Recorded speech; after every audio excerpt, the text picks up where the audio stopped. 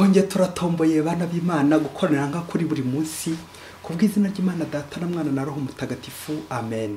Amahoro bana b'Imana, ni muhumure, ni dukomere ku Mana kandi tuyizere, dufashijwe n'amasomo kizi mu byacu duteguriye kuri wa gatanu w'icyumweru cya kane cya Advent, tariki 24 Ukuboza 2021. Isomo rya mbere tugiye kuzirikanaho niryo mu gitabo cya kabiri cya Samuel, umutwe wa 7 umurongo wa 1 kugeza ku wa 5, umurongo wa 8 kugeza ku wa 12 n'uwa 14. Umwami Dawudi atura mu ngoro ye, kandi Uhoraho amuha ihumure, amukiza abanzi bose bari bamukikije. Bukeye umwami abwira umuhanuzi Natani ati, dore ntuye mu nzu y'ibiti by'amasederi, naho ubushyinguro bw'Imana bukaba mu ihema. Natani abwira umwami ati, icyo utekereza gukora cyose genda ugikore, kuko Uhoraho ari kumwe nawe. Nuko muri iryo joro ijambo ry'Uhoraho rigera kuri Natani muri aya magambo, genda ubwire umugaragu wanjye Dawudi uti, dore uko Uhoraho avuze, aho niwe uzanyubakira inzu kugira ngo nyituremo, ninjye kuvanye mu rwuri inyuma y'amatungo, kugira ngo ube umutware wa Isiraheli umuryango wanjye. Nari kumwe nawe aho wajyaga hose, ngukiza abanzi bose bari baguhagurukiye. Izina ryawe nzarigira ikirangirire, mbese nk'iby'abandi bakomeye bo ku isi. Nzagenera Isiraheli umuryango wanjye hantu nyihashyire, ihature ari ahayo bwite. Ntizajagaje gukundi, kandi abagome ntibazongera kuyibuza uburyo nk'uko byagendaga kera, mbese kuva igihe ikizeho abacamanza ngo bategeke Isiraheli umuryango wanjye kugeza na n'ubu. Naguhaye ihumure, ngukiza abanzi bawe bose, ndetse Uhoraho akubwiye ko we ubwe azakubakira inzu. N'igihe iminsi yawe izaba yarangiye, maze ukazaba uri kumwe n'abasokuruza bawe, nzakomeza inkomoko yawe inyuma yawe. Nzimika gukomokaho wowe ubwawe, kandi nkomeze ubwami bwe. Nzamubera umubyeyi, nawe mbere umwana. Inzu yawe n'ubwami bwawe bizahora imbere yanjye iteka, n'ingoma yawe izakomera iteka ryose. Iryo ni ijambo ry'Imana. Zaburi 189. Tuzaririmba iteka ryose impuhwe z'Uhoraho. Nzaririmba iteka ryose impuhwe z'Uhoraho kuva mu gisekuruza kujya mu kindi.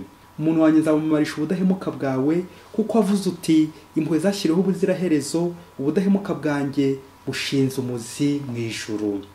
Nagiranye isezerano n'intore yanjye, nuko ndahira Dawudi umugaragu wanjye nti, inkomoko yawe nyishyizeho ubuziraherezo, kandi intebe yawe y'ubwami nzayikomeza kuva mu gisekuruza kujya mu kindi. We azanyambaza agira ati, uri data, uri Imana yanjye, uri urutare nkesha agakiza. Nzamukomereza impuhwe zanjye ubuziraherezo, kandi iryo sezerano ntirizasubirwaho. Tuzaririmba iteka ryose impuhwe z'Uhoraho.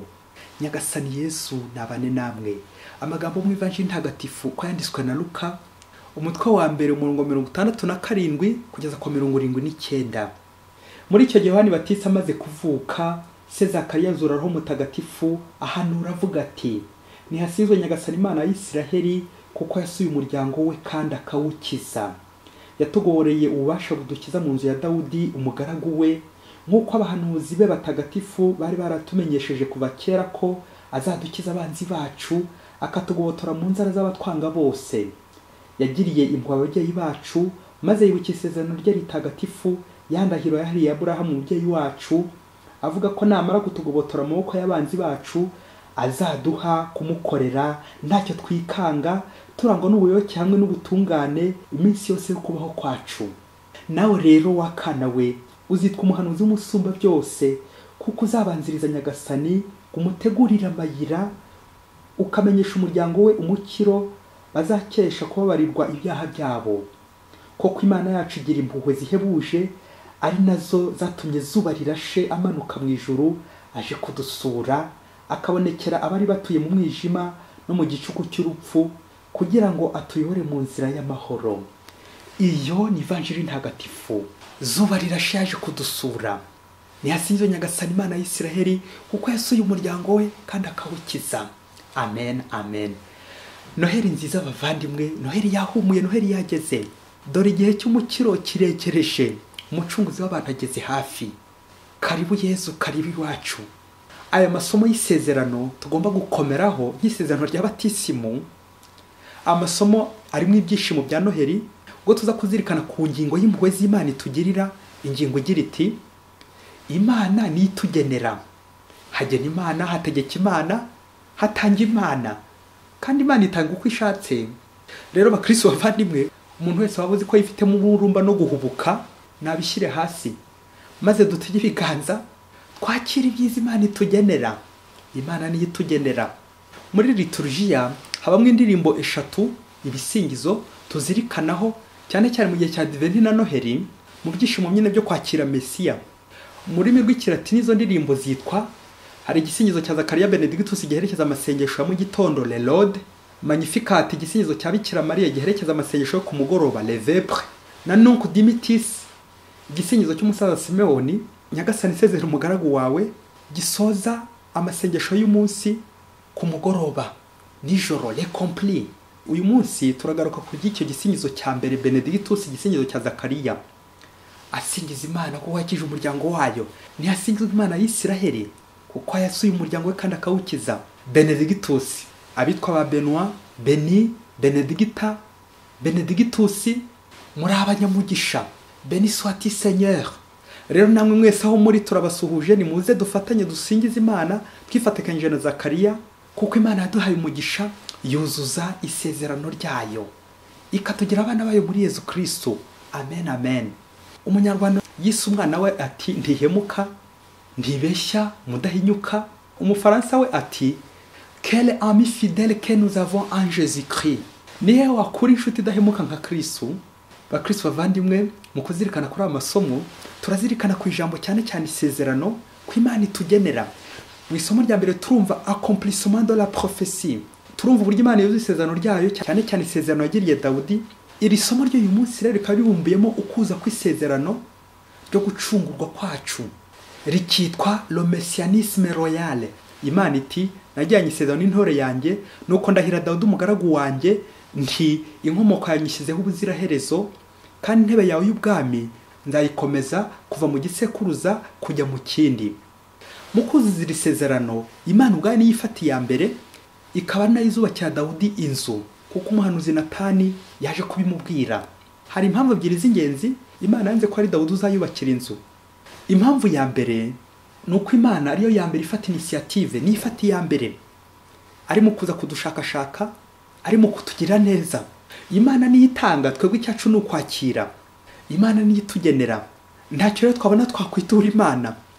Icyacu ni ugutegera iganza tukabirambura neza, ubundi Imana ikagera gute ikadusukiraho igatuyorera. Icya kabiri ni uko inzu Imana izubakira Dawudi ntabwo ari inzu y'amatafari, imicanga, amasima, amasederi, amabuye n'ibindi byose materiel, kuko izo nzu zose burya nubwo zaba zihenze ariko zirasaza ntiziramba, igihe kiragera zigasenyuka. Mbere na mbere ahubwo iyi nzu ni umuhungu wa Dawudi Salomoni uzubaka ya ngoro Yeruzalemu, ariko ku ndunduro iyi ngoro igashushanya ingoro Imana ishaka kubakira Dawudi, inzu yayo itazasaza, itazaramba, izahoraho. Uwo ninde? Ni Yesu, la maison de Dieu, le temple de Dieu. Umwana wayo izaduha ngo yaregereje kuri Noheli agiye kuza.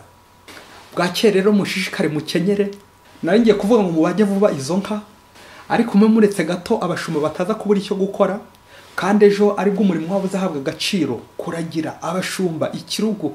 Izo nka rero mwe muzihoreye, ubwo se twari iki kuri Noheli? Oya, ahubwo dutegura imitima yacu ingoro y'Imana, ariko ingoro nyayo c'est le corps du Christ, jambo wigize umuntu, incarnation, Dieu s'est fait chair.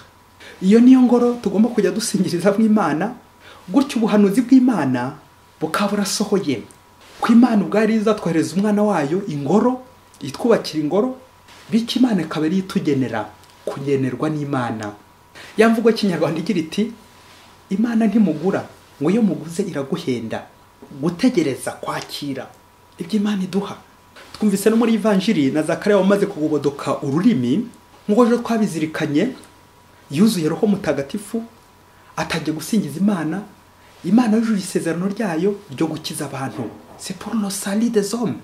Yatugoboreye ububasha budukiza mu nzu ya Dawudi umugaragu we, ndetse no kuva kuri Aburahamu. Imana yagiye ihigura umuhigo wayo mu rwego rwo gukiza abantu. Isezerano Imana yagiriye Aburahamu niryo yagiriye Dawudi. Byose irabyujuje. Muri amasomo turazirikana ku izina ry'integuza ya Mesiya Yohani Batista, iri zina kuko ejo twabizirikanye risobanura impuhwe z'Imana. Dieu a fait grâce, Imana yagize impuhwe. Iri zina rero ntabwo rije gusa kuko izina ngo niwe muntu. Résumé de la mission de Saint Jean Baptiste ni impuhwe z'Imana nyine. Uburyo Imana yakunze abantu batuye isi bigatwigisha ko Imana itaduha kubera ko tuyikunda ngo tuyisenga buri munsi, ahubwo ko Imana idukunda, ahubwo ko Imana iduha kubera ko idukunda, kubera impuhwe zayo. Tubabeza kuko Imana idukunda. Byose rero ni ku mpuhwe z'Imana. Ni Yohani, Imana yagize impuhwe. Dieu a fait grâce. Ntabwo rero ibyo turonka ari par no mérite. Wenda ngo nuko turi abakristo tudasiba misa, tudasiba amasengesho, tudasiba gukora ibikorwa by'urukundo, kuko nyine ngo Imana nibyo igiye kuduhembera. Wapi uzabaze. C'est par la grâce de Dieu. Dieu fait grâce. Faveur de Dieu. Ni impuhwe z'Imana babyeyi. Ntacyo twabona dukorera Imana burya ngo tuyishimishe, kuko ibisingizo byacu ntacyo nyine byongera ku buhangange bw'Imana, ahubwo nitwe byungukira ingabire zidukiza.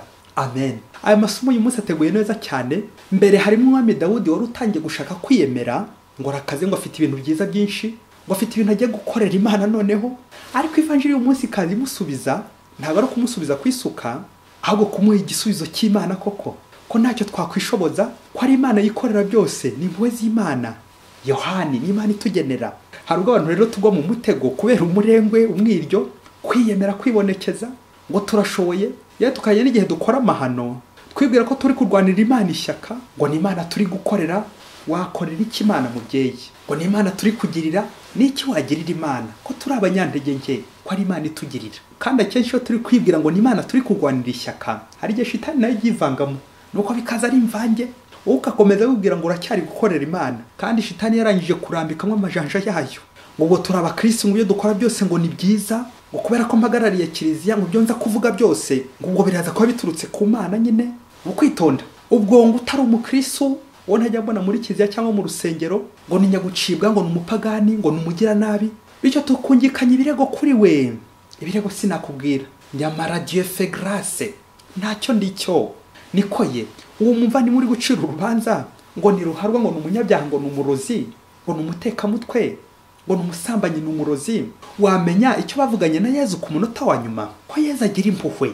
Naho uracyari mu mandazi, wa mugani w'abasore bacu b'iki gihe, uracyari mu mandazi. Koko niki mfite ntahawe n'ijuru? C'est par la grâce de Dieu. Abakristo bavandimwe, mbere yo kujya kureba imyenda twadodeshe ku batayeri tuzambara ejo kuri Noheli, do grâce nyaboneka, reka tubanze dukorane uyu mwitozo, ukwibutsa kandi unyibutsa nubwo nabandi umukristo ko ntagomba kwitwaza uwo ndi we. Bityo muri ibi bihe turimo by'iyi si iri kwivumbura cyane ku Mana, ngo nanjye numve ko ndi mu bavuga rikijyana, bityo nkaba nayobya imbaga y'Imana, bityo ngahinyura impuhwe z'Imana mu cyayenge. Kandi byabaho ndi padiri nitwaje icyubahiro, ubutegetsi, ububasha mfite, bityo nkaba ndi guhakana Imana directement ou indirectement. Kora umwitozo mubyeyi witwa Dieu fait grâce. Ngo hirya kure cyane muri Afurika ngo hari hatuye abakristo gusa mu murenge umwe byumvikane, ngo ariko hakaba harimo umupagani umwe gusa Rudori. Nuko umukristo wabaga witabye Imana wese bagahita banzura ko ari umupagani nyine umuroze, kuko nyine ari utabatije. Nuko abakristo n'agahinda kenshi nyuma yo kubona ko bene wabo bari gupfa, nanjye kuvuga umusubizo, bafata umwanzuro n'icyemezo ndakuka cyo kutazongera gukandagira kuri rwa rugo rwa murozi, rwa mupagani w'umurozi, kandi bakamuha kato bivuye inyuma. Hanyuma baza kujya inama, bafata uwari umuyobozi mukuru muri bo, umuyobozi w'indani babyeyi, w'indani mu bukristo, bamuha ubutumwa bwo kurwanira Imana ishyaka, ko abakristo b'Imana nyine bashize, bityo akazaroga uriya murozi ngo ikiruta umwe yapfa mu kigo cy'imbaga, ngo kubona umurozi ari kwidegembya bamurangiza vuba. Ahabwa ubuhanuzi bwa Yezu imbere ya Kayifa, ngo ariko abantu b'Imana bakibonera amahoro. Wa muyobozi koko atangiye kurwanira ishyaka Imana nk'uko yari yatumwe, nk'ikiraka nyine yari ahawe n'ikoraniro ry'abakristo bajya mu misa buri munsi, bahazwa buri munsi, bumva ijambo ry'Imana buri munsi. Nuko ajya kuri cya kiraka, nuko yajyana uburozi kwa mupagani yari ahawe nyine, yagerayo wa mupagani akamwakira neza, iby'intangarugero by'agatangaza, ubundi akagarukiraho mission ratée, mission yari imujyanye ntikunde. Nuko abandi bakamutegereje ko agaruka ngo ababwire uburyo bazashyingura umurozi vuba aha. Uwo murozi wabahekuye akabicira. Nuko urwo rugendo rw'icyo kiraka ruba inshuro nyinshi, yajya n'ubundi umupagani akamwakira neza. Noneho ku nshuro ya nyuma ariyo rurangiza, noneho yariye umwanda ko noneho agiye kumurangiza, ageze noneho yapanze umugambi noneho ko agiye kumurangiza neza neza. Nuko wa mupagani abwira wa muyobozi w'abakristo ati ubu rero natangira urugendo ngo nzabatizwe kuri Noheli. Nyuma y'uko nkubonye umuntu w'inyangamugayo wuzuye urukundo n'ubumuntu koko, abandi bakristo bose barampunze bambaye akato, usibyeho gusa wangumyeho. N'ikimenyimenye ntuhema kuza kunsura. Ndakwishimiye rero, nabonye uri umuntu mwiza wambere urugero rwiza mu bukristo, nk'umuntu uri kudandabirana, nk'umuntu w'umunyantege nke. None rero ni wowe uzambyara muri batisimu, rwose nkutoye nka parrain, umubyeyi wa batisimu. Wa mukristo n'isoni n'ikimwaro byakuzura nk'igitebo marikiriza, ariko isoni zuzuye ku mutima. Ibaze nawe umukristo w'intangarugero wari uhawe iki kiraka cyo kurangiza umupagani, none akaba agiye kugarukira aha ngaha. Wasanga nawe uri inzobere mu kugambana.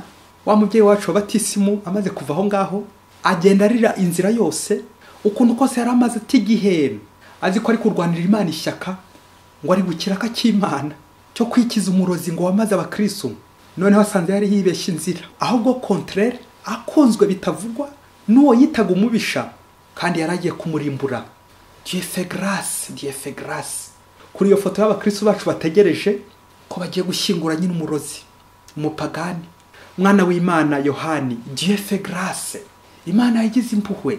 Ngurura nawe iyo foto y'abakristo bacu bavuye mu kiliziya, bavuye gusenga, bashengereye, bapfukamye, bahagijwe, bicaye mu rucaca bategejeho umuyobozi wabo w'indani ngo abahe amakuru meza, bonne nouvelle vraiment, y'uburyo bazahamba umurozi w'umupagani vuba. Ye baba we. Ngurura iyo foto y'ukuntu shitani nyine ari yibayoboye muri iki gihe. Aha, uko niko abantu benshi tujya mu kiliziya ngo tujye gusenga, tujye gusingiza Imana. Benedictus sinakubwira nka Zakariya twari twatwaye nk'ibyaha 4 tukaza gukuraho 1000, navuga ibyaha 1000, tugatahana nka 40 nka malaria ya 40. Kubera iki? Turi gushingana inzara ngo dore kiriya, dore ya murozi, dore ya musambanyi, ngo nawe agiye guhazwa. Ye baba we, nguko guseka rukoba kandi duhetse rukobora, guseka abandi aho gusenga, gusenya abandi aho gusenga Imana y'ukuri. Benedictus kunegura abandi, gucira abandi imanza. Ahari kujya Benedictus nka Zakariya hagiye Maledictus, umuvumo, uburozi, gukeka. Nguko shitani muri iyi minsi nawe akomeza kudahwema kugenda duhugiriza, aho twakomeje kuvuga Imana y'Isirayeli uyu muryango wayo, aho igashaka akantu k'ubusabusa yawe kadafite inda n'umugongo.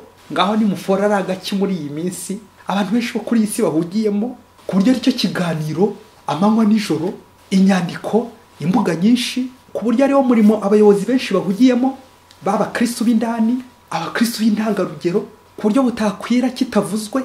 Ngaho rero gifore, ese yaba ari Benedictus? Twaba dutomboye. Niyasingizwe Imana y'Isirayeli kuko yasuye umuryango wayo kandi ikawukiza. Bakristo bavandimwe, Imana muracyayizera, muracyayemera kuri hejuru y'ibyo byose duhugiyemo, kandi ko ari ifite ijambo rya nyuma kuri ibyo byose. Naho ubundi mwabyeyi mwe, burya Imana niyitugenera, niyitugenga, irangenera nawe ikakugenera, kandi buri wese imuha ku buntu bwayo. Yibwira ko ari imbaraga zawe zibigushoboza, ubutegetsi, power, za promotion z'ibirenga, nta nubwo kandi ari uburambe mu Kristo, ahubwo umutima mwiza, ariko cyane cyane impuhwe z'Imana. Ba Yohani aho muri mwese turabasuhuje, ni mwubahwe, impuhwe z'Imana zibasesekareho, kandi namwe muzisesekaze ku bandi. Yohani bagiye bakristo, ni kangahe ngaragara inyuma cy'intangarugero mu Kristo, umukristo w'indani, abandi bakareberaho. Nuko mu kaboko cy'indyo harimo ishapure, akandi cy'ibumoso harimo kabutindi mpfundikiye ncigatiye. Ngaya marozi, ngaho kwihimura, kugambanirana, umugira nabi, ngo ni ikiraka cy'Imana, ngo ni ishyaka rikurwanira Imana. Anya, ni kangahe abarozi badahema kwica abantu, ngo ni umusada bari guha abantu, ngo ni impuhwe bari kugirira abantu. Ibaze nawe izo mpuhwe zabiheshye, ngo abantu ni benshi ku isi, ngo bari gufasha Imana, bari kuyorohereza, borohereza Imana ababyeyi. Ni kangahe ducira abandi imanza ngo bararoga, ngo ni abarozi, ngo barasambana, ngo ni ibisambo, ngo bariba. Nyamara twe rurangiza, nitwe turi gucura imigambi mibisha nk'abakristo kandi bavuye guhazwa. Abakristo ku izina mu bitabo. Ubu nawe nka Zakariya warambura amaboko hejuru ukabasha gusingiza Imana. Benedictus, wasanga hari ibyo ukenyereyeho, navugaga mu mutima, bikubuza kumbura umunwa, bikubuza amahoro, gushyikirana n'Imana. Bityo nawe mu kwitegura Noheli, mu byose ubirandure, ubundi ubashe kugeza igisingizo cyawe ku Mana wemye utekanye utuje ntacyo wikanga. Reka dusoreze kuri uyu murongo wa 73 n'umurongo wa 74 w'umutwe wa mbere w'ivanjiri ya Luka muri Benedictus. Gukorera Imana ntacyo twikanga, ahasigaye buri wese yiteguriye Noheli ntacyo yikanga nyine. Utikanga uburozi, utikanga amakimbirane, utikanga ngo baramfashe we, niba bimenya ngo biragenda gute we, ndabansebye we. Ntiwikanga ubusambanyi, ntiwikanga ubuhabara, utikanga ubutsinzi. Nta kindi usabe penetensiya, wigorana Nyagasani. Babyeyi mu minsi mikuru dukorera Imana koko twemye nka Zakariya. Nuko rero babyeyi, namwe mbyifurije buri wese gukorera Imana yemye ntacyo yikanga muri iyi minsi mikuru ya Noheli, kwigorana n'Imana. Utube hafi Nyagasani. Amen. Mwese Imana ibaho umugisha. Imana Data na Mwana na Roho Mutagatifu. Amen. Padiri Masumbuko Ladislas wa Diocese ya Cyangugu. Mbaye mbasijya ko karirimbo ka Paruwasi ya Nkombo. Dukomeze twakire neza iyo Noheli, isi yose niyishime. Imana yavuze abantu yaje kuhageza, nimuze twishime, kuko twacunguwe. izuba yarasiye, Mu mitima yacu